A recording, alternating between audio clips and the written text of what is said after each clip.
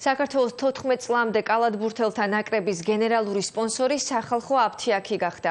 ხელშეკრულებას ხელი დღეს მოეწერა. შეთანხმების თანახმად სახალხო აფთიაქის სპონსორი მომდენო 1 წლის განმავლობაში იქნება.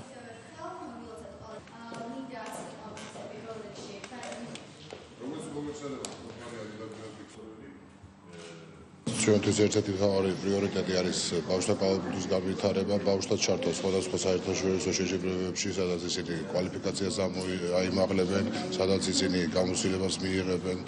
რუსეთში შეიქმნა შარშან 14 წლამდელთა ნაკრები და განსაკუთრებული მადლობა მინდა გადავხატო კომპანია ვიტაბიოტიქს, რომელმაც გამონახა საშუალება გახდა ნაკრების სპონსორი. ჩვენ ჭირო თანამშრომლობა გვაქვს ფედერაციასთან და შესაბამისად გადაწყვეტილება მივიღეთ, რომ ასევე გვერდში დაუდგეთ 14 წლამდე ნაკრებს და უსურვოთ მათ წარმატება.